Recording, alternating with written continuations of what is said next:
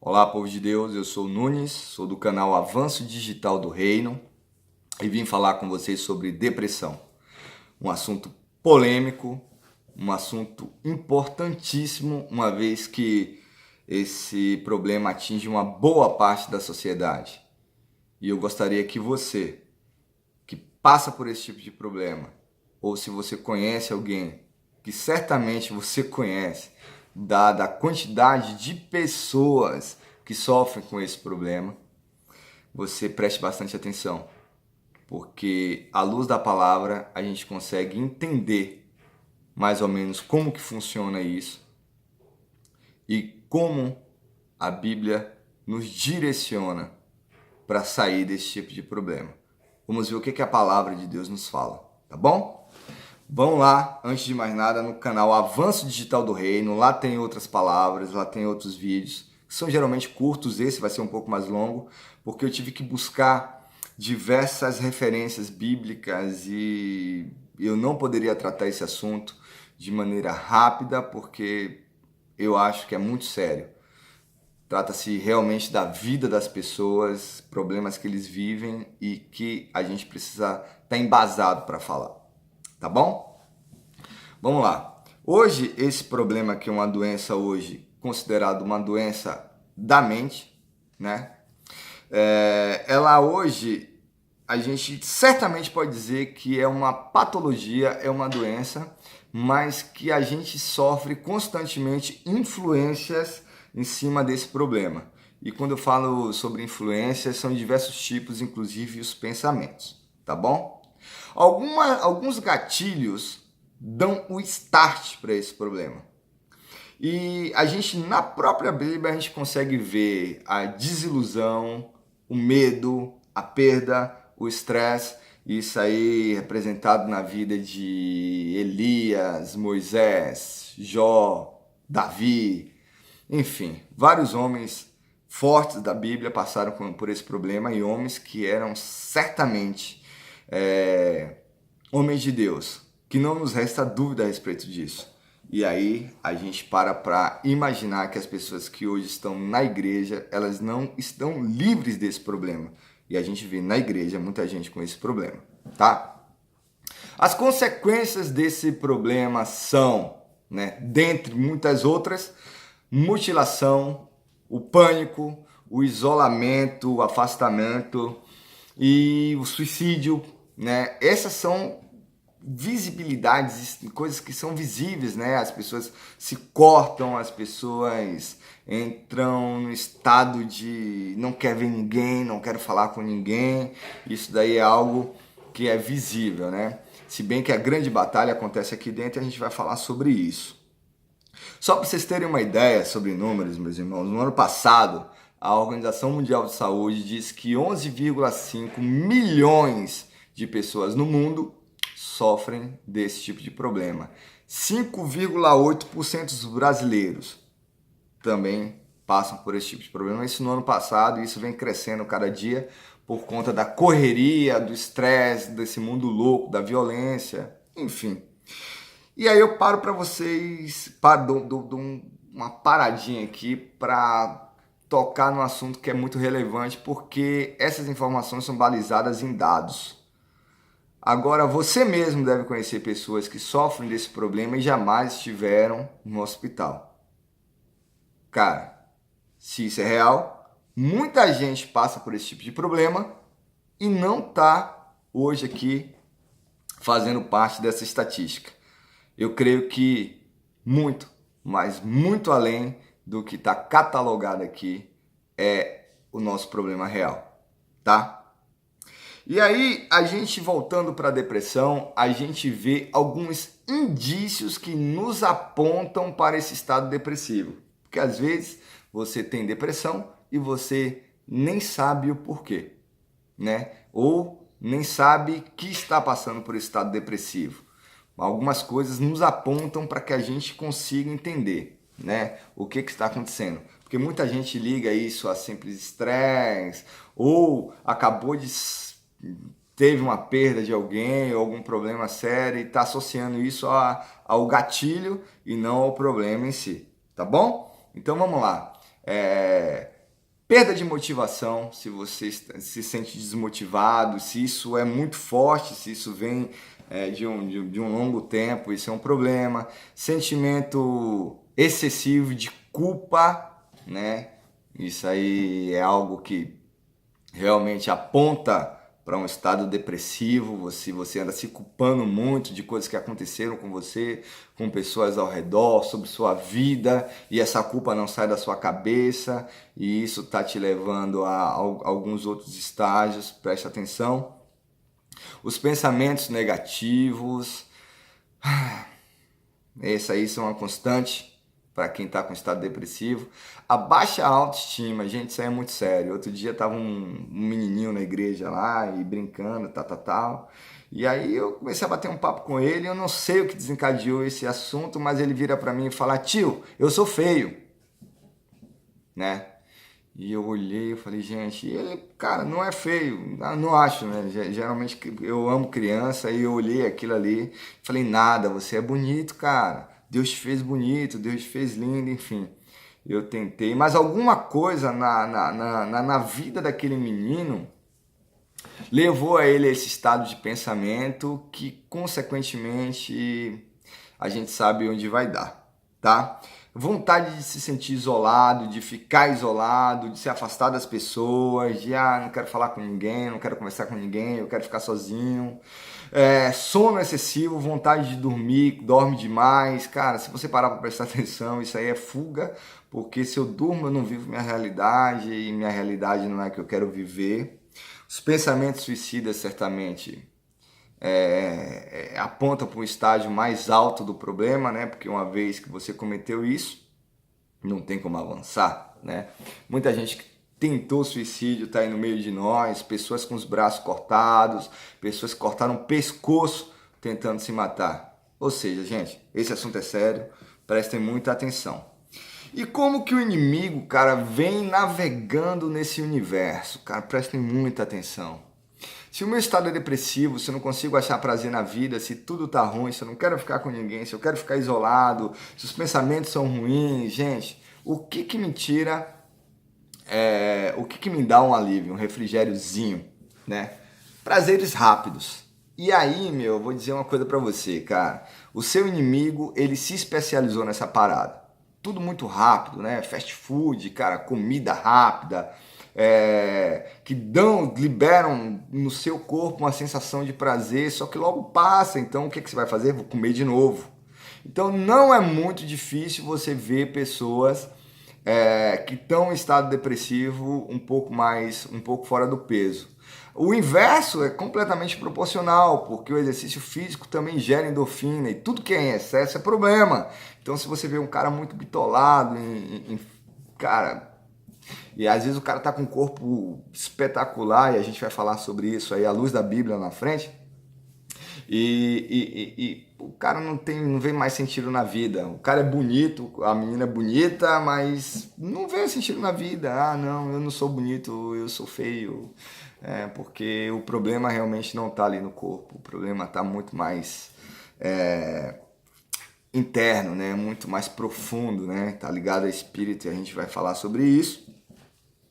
Então, a comida é um prazer rápido, assim como exercício físico, o sexo, se você vê muita gente voltada à pornografia, masturbação, ou tá transando com qualquer pessoa, tem gente que transa 4, 5 vezes, isso virou compulsão por dia, né? Com pessoas às vezes diferentes, né? E às vezes é a mesma pessoa e a outra não aguenta, mas a pessoa tá, sabe? E por quê? Porque gera, né, um prazer rápido, né? E tira ele temporariamente daquele estado horrível que ele estava vivendo. Então acaba por ser fuga mesmo. Cara, tem gente que se masturba aí 10 vezes, 15 vezes. Tem casos de pessoas que sangra porque buscando um refrigério para aquele estado de espírito que ele está vivendo. E as drogas, né, levam também a esse estado de fuga, né, de prazer rápido. E aí a gente fala dos mais agravantes, mas tem os mais mais simples, né, os mais suaves. Por exemplo, a pessoa está num estado horrível, mas de repente ela vai lá, se arruma rapidamente ali, tira uma foto, né, tem que geralmente sensual, né, mostrando às vezes aquilo que ela, enfim, e aí vem um monte de like, um monte de comentário, e naqueles comentários, naqueles likes, ela se sente um pouco mais útil, um pouco mais querida, e gera uma sensação de prazer que vai ligar automaticamente a uma outra foto, a um vídeo que vai revelar uma intimidade que só pertence a você e deveria pertencer somente a você e a pessoa que está com você. Ou seja, é uma exposição desnecessária a troco de likes e comentários, e que infelizmente não é a saída para sua vida. Gente, eu vou entrar agora no que a Bíblia nos fala a respeito disso, né? E à luz da Bíblia, o que aconteceram com alguns homens que passaram por isso, e a gente vê alguns, Elias, Jó, Davi, Moisés, mulheres da Bíblia também, cara, que foram acometidas por situações ou algum fato da vida levaram a elas a diversos estágios de depressão ou estados de depressão, e a gente vai ver como Deus atuou, e a Bíblia nos dá algumas luzes, uma luz de como a gente consegue sair disso aí, né? A Bíblia trata desse assunto, né, em algumas passagens, né? A gente vê Elias, né, quando começa a fugir de Jezabel, a mulher de Acabe lá, rola tudo aquilo com os profetas lá, né, e a mulher manda perseguir Elias, e Elias correndo entra nesse estado depressivo, o medo empurra ele para esse estado depressivo, e a gente viu isso como um dos gatilhos, né? A gente vê Jó, e aí eu queria dar uma pausa em Jó e falar sobre Jó. Mas a gente também viu Davi, a gente viu Jeremias. Jeremias nos dá uma dica sobrenatural, uma dica fantástica sobre isso. E eu vou parar um pouco na dica de Jeremias. Mas como eu nunca vi ninguém falar de Jó, eu tava lendo Jó e, cara, eu senti algo falando assim, cara, dá uma olhada nisso aí, presta atenção nisso aí, algo, fala o Espírito Santo, falando, olha, presta atenção nisso, porque aí tem muita coisa relacionada a esse assunto. Eu vi que a gente sabe da história de Jó, a gente sabe que o inimigo pede permissão para tocar na vida de Jó e tal, isso aí já é muito claro. A gente tem Jó como um cara longânimo, né? Um cara paciente, mas aí olhando a vida de Jó, a história de Jó, a gente vê que Jó teve uma depressão profunda, principalmente pelo que acometeu a ele. Muita gente fala, pô, não é para menos, né? Realmente a história de Jó é difícil. Mas a gente vê na história de Jó que 3 amigos resolvem lá, falam, cara, pô, e aí, você viu o que aconteceu com Jó? Ah, eu vi, e aí? Pô, vamos lá, mano, vamos trocar uma ideia com ele? Vamos bater um papo com ele, vamos ver o que rola. Quando a galera chega de longe ver Jó, mano, o estado de Jó era horrível. Os caras, rasga a roupa, era comum naquela época, e os caras falam, mano, o cara tá mal, velho. O cara não... O bicho pegou, Jó, tá? Então os caras não vão embora, os caras vão lá, fica uma cara sem se falar, um conversando com o outro. E depois de um tempo eles começam a trocar ideia. E aí é que tá. Aí é que tá a grande, né? O que eu quero falar muito aqui, tocar nesse papo, porque eu vejo muito povo de Deus assim, alheio ou se esquivando desse assunto, principalmente porque não sabe, né? Porque não sabe lidar com isso. Mas viram Jó naquele estado, não só doente do corpo, mas doente do espírito também. Mal. E aí eles começam a tentar levar palavras de esperança para Jó.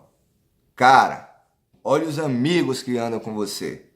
Vejam o tipo de amigo que você tem. Os que te empurram para as coisas boas que te empurram para coisas ruins. Esses três amigos, eles foram com muito boas intenções. Ao longo do diálogo com Jó, e aí vocês vão ver que um fala, Jó rebate, outro fala, Jó rebate, outro fala, Jó rebate. O cara tenta botar Jó para cima, Jó vai lá para baixo. Tenta empurrar Jó para cima e Jó vai lá para baixo. E esse cara, de uma certa forma aí, acaba se perdendo naquele objetivo principal, que era levantar Jó, e eles tentam associar o que Jó tem a problemas ou pecados que Jó tenha cometido, e eles levam a uma certa condenação a Jó. E aí lá em Provérbios também dá uma iluminada sobre o que rolou, né? Jó chega a falar isso, né? Pô, eu conheço meus problemas, eu sei o que eu passei, eu sou um cara íntegro, mas enfim, vamos evoluir, porque na sequência entra um jovem. Os caras tentam levantar Jó, não conseguem, né? Lograr êxito. E aí entra um jovem, Eliú, né? Os três amigos de Jó são Elifaz, Bildade e Zofar. Eu anotei aqui para não esquecer. Mas entra Eliú, um cara mais jovem, cara, e o respeito existia muito forte. O jovem tá lá olhando, todo mundo conversar, tal. O jovem fala: cara, eu tava ouvindo vocês aqui, vocês não conseguiram convencer Jó, vocês não conseguiram levar a esperança para Jó, apesar de tentarem. Tá? E aí eles dão uma repreendida nos caras, pô, você tentou de forma errada, tentou levando a acusação, e isso acontece muito na igreja, né? As pessoas tentam associar um problema que a pessoa está passando a um pecado, a pessoa tem que ter pecado para aquilo ter acontecido, e ao invés de levar uma palavra amiga, é um acusador. Tá? Apesar das intenções, no fundo, serem de levantar pessoas, você tenta acusar essas pessoas do que aconteceram. Meu irmão, começa a viver à luz do que o Espírito te baliza. Vê o que Eliú faz. Eliú entra na história, pede para Jó ficar calado. Cala a boca, tem alguma coisa para me falar, meu irmão? Me fala. Mas se não tem, eu quero falar algumas coisas que eu quero que você seja absorvido, cara. Isso pra mim foi show de bola. Se eu não me engano, ele fala isso em Jó 37,14. Tá aqui anotado a referência. E quando ele fala, eu quero que você seja absorvido, aí eu volto para aquelas acusações. Lembra aqueles pensamentos de acusação? Vocês lembram? Cara, pensamentos que te apontam para que você tenha feito alguma coisa, né? Ou de culpa, sensação de culpa, pensamento de culpa. Cara, a palavra de Deus liberta. Conhecereis a verdade vos libertará. Lembra disso? Então, cara, para eu ficar livre dos pensamentos de culpa, eu preciso conhecer a verdade. Eu preciso conhecer a verdade da cruz. Mas vamos voltar no papo de Jó. E quando eu vejo absorvido também, eu quero que a palavra penetre em você. Eu quero que você seja absorvido pela verdade. Cara, duas coisas que ficaram muito fortes ali em meu coração. E aí eu vou dizer uma coisa para vocês. Eliú fala, o discurso de Jó já está convencido no meio do bate-papo com os amigos que ele precisa defender a causa dele perante o Senhor, né? Mas quando Eliú fala, parece que uma centelha de luz invade aquele ambiente e logo na sequência, cara, o Senhor começa a falar com Jó. E como as intenções dos amigos de Jó eram boas, apesar das acusações, o Senhor pede que Jó ore para eles e tudo fica numa boa, Jó é restituído e enfim, tudo volta a ser melhor do que era antes. E é isso que o Senhor quer para a sua vida, meu irmão. Ele quer que tudo volte a ser, não como era antes, mas melhor do que era antes. Mas para que isso aconteça, é necessário um processo. Veja aquele bate-papo dos amigos de Jó e Jó. Não aconteceu em 5 minutos, em 10 minutos de oração. Sai, demônio da depressão. Não foi isso. Não foi isso. É muito mais necessário o amor para ser longânime e constante para com seu irmão do que uma imposição em mão rápida e uma libertação de forma miraculosa. Porque o verdadeiro milagre do Senhor está no amor, e foi por amor que ele veio e passou por todo um processo na terra. Jesus não veio e falou, vocês estão livres, não, ele passou por um processo. E às vezes a libertação é um processo, a cura depende de um processo, a nossa vida é um processo. Quando Jesus fala, eu sou o caminho, a verdade e a vida, ele fala, eu sou o caminho, e caminhar é trilhar junto com ele, e trilhar é participar de um processo. Gente, presta atenção, Deus nos dá indícios aqui do que acontece em nossa vida. Lá em Provérbios 14, 18, 14, está lá. O espírito do homem, né, e ele está se referindo à alma, dê uma olhada lá, ele faz menção ao corpo doente e à alma, ou seja, mas ele está associado aqui à motivação. E o espírito depressivo, quem o animará? Algo assim, gente, eu não anotei.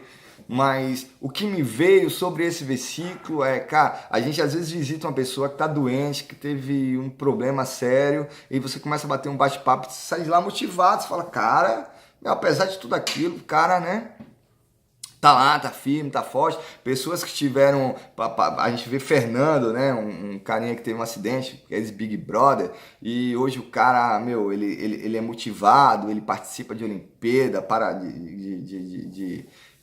da Paralimpíada e tal, e você fala, cara, ele é motivado, mas o espírito depressivo, né?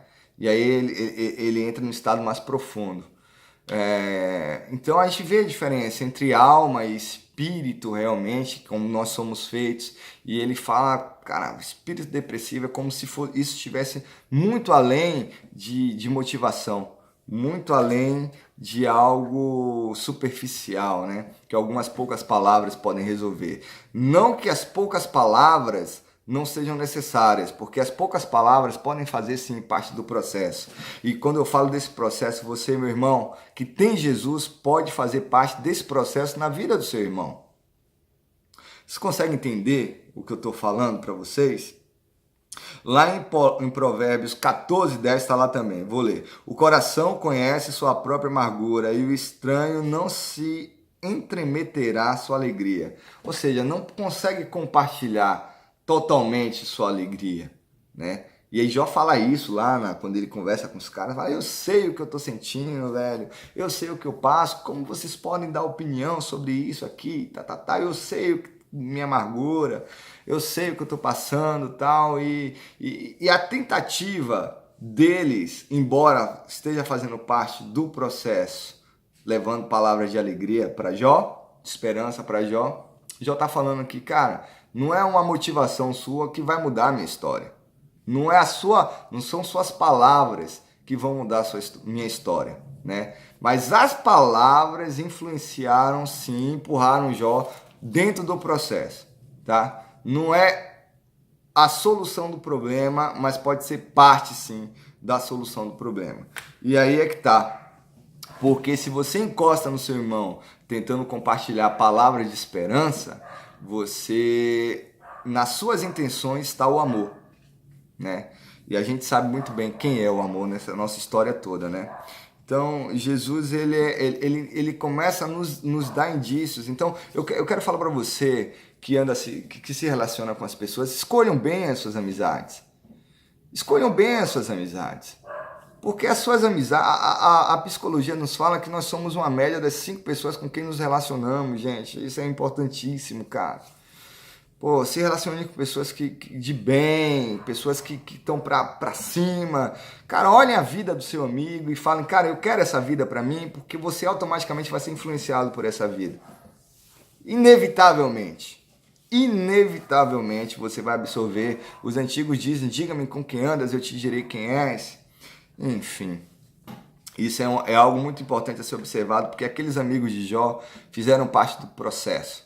Sim, né? O processo, no meio de tudo lá, tinha acusação, mas eles queriam levar, assim, para Jó palavras de esperança, tá bom? E se não fossem eles, Eliú não se meteria na história. Talvez Eliú não tivesse coragem de falar para Jó, né, um homem que todo mundo tinha como irrepreensível, aquelas palavras que ele falou. E na sequência Deus vem e atua. E aí a gente vê outros homens, outras pessoas, Moisés, Jeremias. Aí Jeremias dá uma dica fantástica, presta atenção. Jeremias começa um discurso completamente down, falando, ai, tudo ruim, tudo horrível, tal, abandonado. Aí Jeremias, Lamentações 3:21. No meio da parada, ele vira, não sei se no meio, mas enfim, ele vira e fala assim, cara, eu vou trazer à memória aquilo que me dá esperança. Eu vou trazer à memória aquilo que me dá esperança. Não, cara, esses pensamentos são zoados. Eu vou trazer à minha memória aquilo que me dá esperança. Cara, o discurso de Jeremias muda da água pro vinho. Acontece um milagre ali. E eu acho, nossa, incrível, incrível, incrível. E aí a gente segue, né? Porque na sequência, Lutero fala que a gente não pode impedir que as aves sobrevoem a nossa cabeça, mas a gente pode impedir que elas façam ninho. O que ele quer falar com isso? Outra coisa que eu falei lá no começo, gente, presta atenção. A gente, em estado depressivo, a gente tem pensamentos negativos e parece uma onda. Um atrás do outro, um atrás do outro, um atrás do outro. E esses pensamentos trazem os diversos tipos de sensação. Esses pensamentos, a gente pode considerar essas aves. Elas podem sobrevoar a nossa cabeça. É tanto que de vez em quando eu converso com as pessoas na igreja, falo, cara, eu não sou nenhum exemplo de uma pessoa... Ai, gente, eu sou santo, eu não gosto de rotular isso. Meu, pecador, mano, batalha um monte de coisa. E quando eu ajoelho para orar, de vez em quando vem pensamentos que não tem nada a ver com aquele meu momento com Deus. Só que o que eu faço? Eu rejeito. É um processo. Na verdade, mais do que não falo mais do que um processo, cara, é um exercício, tá? É um exercício, porque as aves elas voam, mas pousar na sua cabeça significa você aceitar que ela sente aqui e faça ninho, que elas morem aqui dentro. Então, quando vem esses pensamentos negativos, meu irmão, rejeite, faça como Jeremias, traga à sua mente coisas que te trazem alegria. Nunes, eu não consigo, velho. Ora, coloca louvor, tenta. O problema é que às vezes o ressentimento, o não perdão para consigo mesmo, para com a outra pessoa, te leva a um estado de querer vingança ou num pensamento aprisionado de coitadinho, cara, você não é coitado, você não pode ficar pensando em vingança, em que a outra pessoa se dê mal, ou que a outra pessoa... Não, o perdão é libertador e é nessas questões. O perdão, ele te ajuda a sair desse estado por conta disso, porque uma vez que você perdoa, não tem como mais você ficar naquele sentimento ruim. Trazendo para você aquelas sensações de novo. Já preguei sobre perdão, falei sobre perdão. Perdão não foi inventado para quem você perdoa, perdão foi inventado para você, porque se abre uma cadeia, você é verdadeiramente livre. Esse assunto é muito, mas muito complexo. Ele depende de orações, depende dos amigos. Dentro da depressão tem diversas complicações, questões hormonais, questões espirituais, sim. Só olhar para Saul. E aí você consegue, à luz da palavra, conseguir reunir informações para que você consiga não só sair, se você tiver esse problema, melhorar a sua vida, e isso depende de um processo, não é um estalo, porque você não entrou nele no estalo, mas também você consegue ajudar o seu próximo, e é necessário que você ajude o seu próximo. Eu sempre tenho falado isso, o Espírito Santo me trouxe algo que eu nunca ouvi, quando eu estava falando sobre outra pessoa, eu falei, mas Jesus, às vezes eu tenho os meus problemas. Tem um pastor, o pastor Neil Barreto, eu gosto muito dele, e ele fala que as pessoas vão falar com ele começa a dar conselho, mas ele se vê naquele problema. Saca só. E o Espírito Santo falou para mim, ô filho, não tem como uma água sair de uma caixa d'água, chegar na outra torneira para que a outra pessoa beba, sem que toda a tubulação seja atingida por essa água, a própria torneira seja atingida por essa água. Em outras palavras, o que o Espírito Santo falou para mim é, cara, se você está sendo usado para dar de beber da fonte de água viva para outra pessoa, não tem como você não ser atingido. E isso daí traz uma outra informação muito importante, cara. Ajude outras pessoas. Você vai ser atingido por essas bênçãos do Senhor. Você vai ser atingido por Deus. Essa é a matemática dos céus, cara. Às vezes eu ajoelho para orar, eu começo a orar e homem, né? Começa a orar por mim. O Espírito Santo fala, não, ore por fulano, ore por outra pessoa, ore por esse, ore por esse, ore por esse. E eu quero ele orar por mim.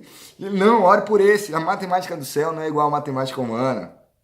Tá? Então é isso, gente. Você que está em estado depressivo, cara, busque o Senhor, mas também, sobretudo, tome posse da sua mente. Não deixe. Quando você começar a pensar coisas ruins, lance fora. Eu não vou pensar isso, eu rejeito esse pensamento, vou pensar em outra coisa. Eu vou pôr um louvor, eu vou louvar, eu vou fazer uma outra coisa, eu vou orar. Senhor Jesus, tira isso da minha mente. Eu não compactuo com esse pensamento, eu não quero esse tipo de pensamento. Mas você precisa lutar contra aquilo que tenta te oprimir. O reino dos céus, ele é sempre tomado de assalto. O reino dos céus, ele é tomado à força.